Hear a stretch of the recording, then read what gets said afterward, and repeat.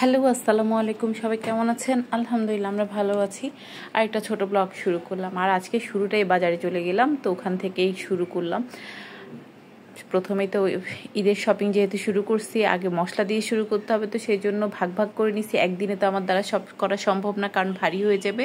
এটা আমাকেই টেনে হিচড়ে উপরে উঠাতে হবে, তো সেই জন্য ভাগ ভাগ করে নিয়ে আমি আগে যেগুলো পেঁয়াজ রসুন এই সব জাতীয় জিনিসগুলো কিনে নিলাম। এরপরে নিয়ে আসছি শুকনা যে সদাইগুলো, মানে এই যে নুডলস, সেমাই, দুধ, চিনি, যা যা কিছু প্রয়োজন এগুলো।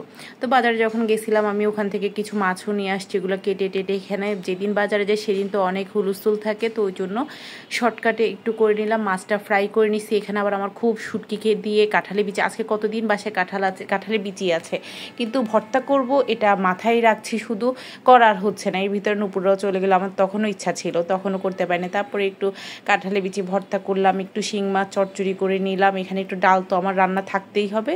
তো এই যে ভর্তাটা আমার কি যে মজা ছিল, বাকি সব খাবার এটার কাছে কিছু না। তো আমরা সবাই এটা দিয়ে খুব মজা করে খেলাম। আর অন্য কোনো তরকারি কেউ ধরে নেই। এরপরে চলে গেলাম মাংস কেনার জন্য। প্রথমে মাংস প্রথম দিন পাইলাম না, এরপরে চলে গেলাম, মানে পরের দিন সকালবেলা উনি বলছে যাওয়ার জন্য, তো গেলাম। সেদিনও মাংসের কী অবস্থা, তার মধ্যে মাংসের দাম আগে ছিল 800, এখন 850 ওরা বাড়াই দিছে।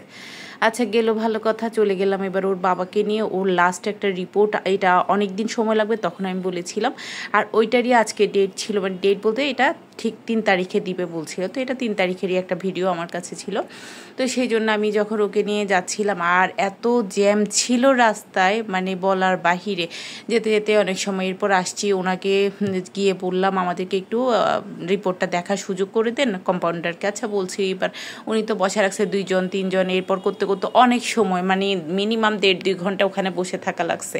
আর আমার তো বিরক্ত লাগছিল। এখান দিয়ে আমি কি রুগী নিয়ে গেছি, আমি নিজে হাঁচু দিতে দিতে আমারই জ্বর উঠে গেছে ওখানে গিয়ে। আসলে ওখানকার মেডিসিনের ডাক্তার তো সব তো এইসব টাইপের রুগীগুলা, জ্বর, সর্দি, কাশি এই টাইপের। তো আচ্ছা যাক, অনেকক্ষণ পরে ওর ডাক্তার দেখানো শেষ হলো। আলহামদুলিল্লাহ রিপোর্ট ভালো আসছে, রিপোর্টে কোনো কিছু ছিল না। এটা ছিল একটা ব্লাড টেস্টের রিপোর্ট, তো রিপোর্টটা ভালোই ছিল। ডাক্তার বলছে আর কোনো কিছু লাগবে না, যে ওষুধগুলো আছে এটা ডোজ মেনটেন করলেই হবে। আর এর ভিতরে যদি বাই চান্স জ্বর চলে আসে তাহলে আগের ওষুধটাই যেন খায়, এই ছিল মানে রিপোর্টের আমার রিপোর্ট। তা আচ্ছা গেলো, ভালো কথা। এরপর ওকে নিয়ে চলে আসছি। এখানে দুহারও কোচিং থেকে ছুটি হওয়ার সময় হয়ে গেছে। এখন আমি চিন্তা করলাম যে ওকে আনতে গেলে ও বের হয়ে যাবে, মানে একটু একই টাইম পড়ে গেছে, এটা মাগরিবের আগ মুহূর্তে। তো আমি দুহাকে ফোন করে বলছি তুমি চলে আসো, আমি তোমার জন্য এখানে দাঁড়াবো আসার মোড়ে। তো এরপর আমি ওর জন্য দাঁড়াইছি, যাক ও চলে আসছে। তাও অনেকক্ষণ ওরও জ্যামে পড়তে হয়েছে। তো এসে ও একটু এখান দিয়ে পেয়ারা টেয়ারা মাখলো, আর মাখার জন্য আমাকে গিয়ে বলছে আমি একটু পেয়ারা মাখাই। তো আমি বলছি আচ্ছা মাখাও না। তা আচ্ছা ও খুব সুন্দর করে এটাকে রেডি টেডি করে, আর ওই একটু বেশি শখ করে আমার এই জাতীয় জিনিসগুলো করতে। তো ও আবার খুব সুন্দর করে একদম বারান্দা টারান্দায় গিয়ে ভিডিও টিডিও আমার জন্য রেডি করে নিল। আমাকে আবার গিয়ে বলছে আমু তোমার জন্য আমি কিন্তু পেয়ারা মাখার ভিডিও রাখছি। তো আমি আচ্ছা ভালো কথা, কিন্তু করছে ভালো করে তাকায়ও না এদিক সেদিক, করছে ওর মতো করে, ভালো হয়েছে। যাক সব কিছু মিলে তাও যে সে আমার জন্য করে রাখছে, এটাই হয়েছে কথা।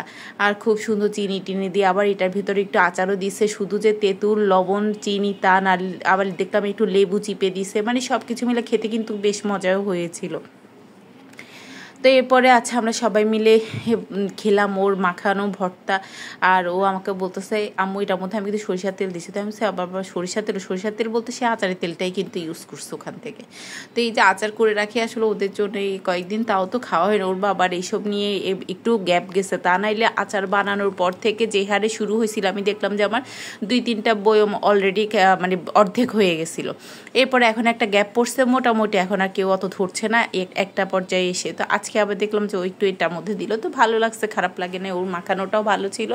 আর সবাই মিলে বসে আমি একটু শুইছিলাম বিকালবেলা, ও এসে আমাকে বলতেছে আসো উঠো, আমি মাখাইছি, পেয়ারা মাখাইছি। তো আমি চিন্তা করলাম যেহেতু নিয়ে আসছে অসুবিধা কোথায়। তো এরপরে অনেকক্ষণ পরে আমরা অনেক দিন পরে চানাচুর মুড়ি মাখা, তো দুহা বলতেছিলাম ও চানাচুর মুড়ি মাখাতে, আচ্ছা করো, ওই এইসব জিনিসগুলো করে। এরপর এগুলো করে টোরে সে হাতে একটু মেহেদি লাগাইলো। তো এটা ছিল রাতের বেলায়, প্রায় গত রাতের প্রায় 10:30-11টার দিকেও লাগাইছে। তো আজ এই পর্যন্তই। সবাই ভালো থাকবেন, সুস্থ থাকবেন, আল্লাহ হাফেজ। আমার চ্যানেলটাতে লাইক কমেন্ট শেয়ার